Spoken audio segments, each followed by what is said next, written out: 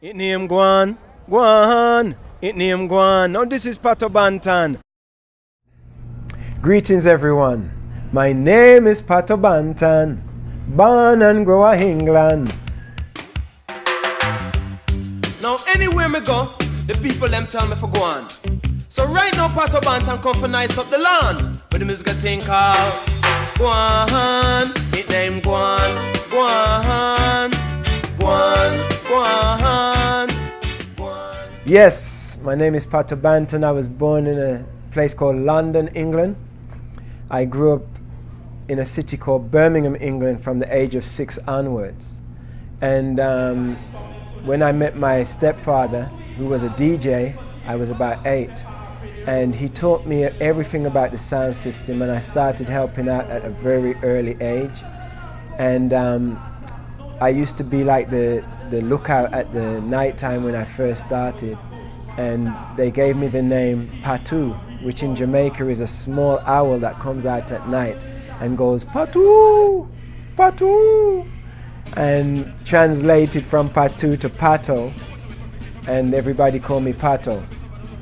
And then when I went for my when I went for my first audition with a record label, they were so impressed with me that they said, you know something, we're changing your name from Ranking Pato to Pato Banton, which basically was a statement recognizing that, you know, I had a lot of lyrics and I was versatile.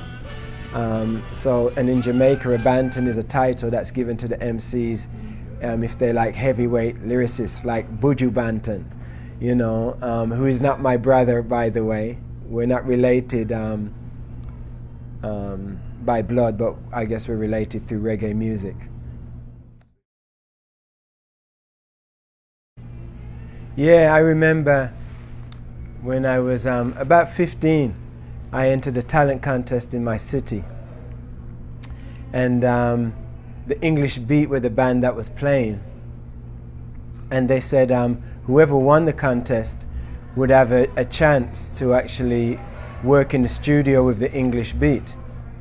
So I entered the contest and won the contest. And Rankin Roger from the English Beat came to me after the contest and said, you know something, I really liked your style. You know, I'd like you to personally work in the studio with me. So Rankin Roger, who was a huge star at the time, took me under his wing. I went into the recording studio with him. We worked on some ideas. He sent them to the guys in the band, and the next thing I knew, I was on a gold-selling album with the English Beats, which just broadcast my name everywhere just before I started to launch my own career. Ready, Mad Professor? Go on, boss. After I released some singles in the UK, I was working with Fashion Records, Green Sleeve Records, Island Records on the Virgin, and I had a few big singles in the UK, but it was like everybody just wanted to get hits, you know.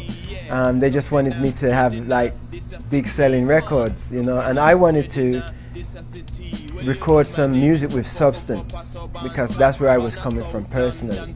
And I had some fun tracks that they took from me and released, which was great. But the messages that I had, they didn't want to release them, you know. So one day I thought, well, how can I get this message out? How can I really record the stuff that I want to record? And it just came to me, talk to Mad Professor. So I went down to London to Mad Professor's recording studio, knocked on the door, and he says, what's up, you Pato Banton? I'm like, yeah man. He says, I want to record an album called Mad Professor Captures Pato Banton. And he goes, I like the idea. So the following week I went down to his studio. Within 3 days the album was done. Yeah, well, my main influences, you know, during the beginning of my career, or really before my career launched, because I was still on the sound system, still doing the late night sessions from 10 till 5 in the morning. And my influences was really the Jamaican MCs, starting from U-Roy and I-Roy, Yellowman, Ekamas, Dillinger, Trinity, Rankin Dread, you know, Rankin Joe, You know, those were some of my earlier influences. But when I really started to launch my career and started to go down to London, it was really the Saxon MCs that set the pace. You know, MCs like Tipper Irie, Papa Levi, Smiley Culture, Asher Senator. Those guys in London really set the bar high. And if you was going to go to London as an MC, you had to be able to step with them. And, you know, I give thanks that I was able to step with them. We did a lot of sessions together. And eventually me and Tipper Irie actually became sparring partners and toured the world together. Yeah, there's a big difference between UK reggae and Jamaican reggae. I would say that, you know, Jamaican reggae was a lot more, well, they originated it, so they really had they had the handle on it more, and they had a lot of live musicians who knew how to play reggae well. I think English reggae was kind of more smooth. We was trying to really fashion ourselves after the Jamaican reggae until we started to develop our own styles, which was more probably more technology based. But then we had bands evolve like Steel Pulse, Aswad, UB40, to name a few. And then, you know, some other really roots and culture bands like Maccabee from Wolverhampton, myself, and then all of the Saxon guys. But you could always tell that there was a different feel to the reggae from England to Jamaica. And then the UK originated the British MCs, which were more like fast style rapping. You know, we had this thing called speed rap, which the Jamaicans started to imitate. And then we had the lovers rock reggae, which was artists like Maxi Priests, you know, and Peter Spence, and Aswad did a lot of lovers rock too, and a long list of other lovers rock artists. And England really mastered that style of reggae music, which later on took on in Jamaica. So there were some big differences, you know, and the differences are still noticeable now.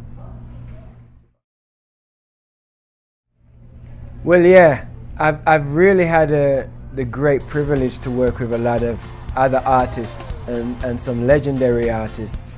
One of my greatest joys, you know, once I built my own recording studio, was having the ability to bring in new artists and give them a chance to work on their own recordings.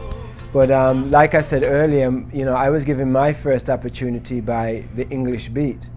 And then shortly after that, you know, I had the opportunity to work with UB40 on a project that was specifically for local talent. And they asked me to head the project with them to scout local talent that would be really good on an album they did called Bag of Rhythm. And they gave me 2 tracks on Bag of Rhythm, which one of them was called Hip Hop Lyrical Robot, where I was rapping, and another one was called King Step, where I'm doing some roots lyrics. And then 15 years later, I ended up working with UB40 again. This time on my own project, we did a song called Baby Come Back, which was #1 in the UK for 4 weeks straight in the pop charts and sold something like 30 million copies.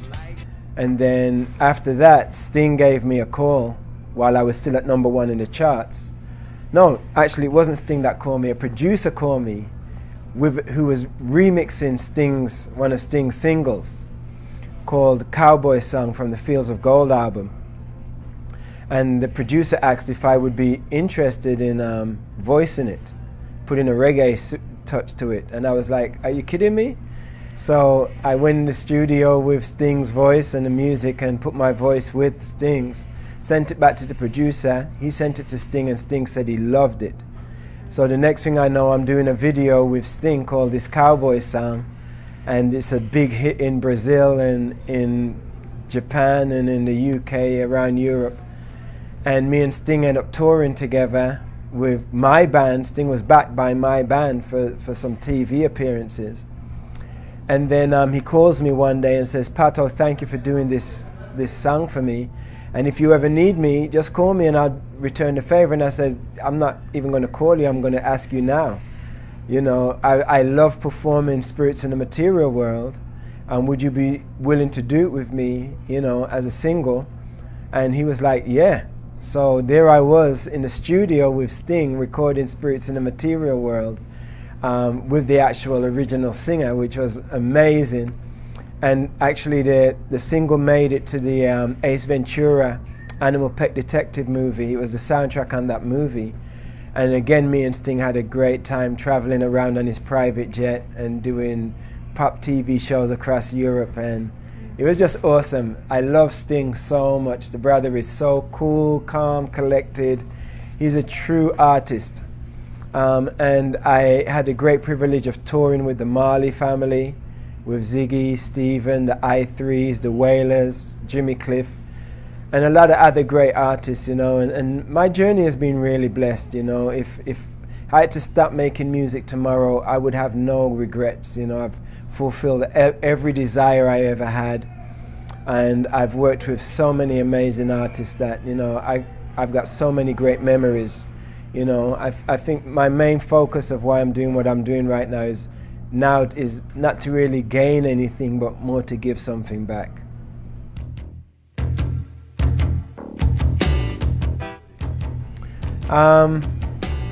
Most of my family growing up were into soccer, but if I was to say they had a special team, it would really have probably been Man United, you know, and some of the other side of the family would have went for Arsenal, you know, so it would have been a main war between Arsenal and Man United.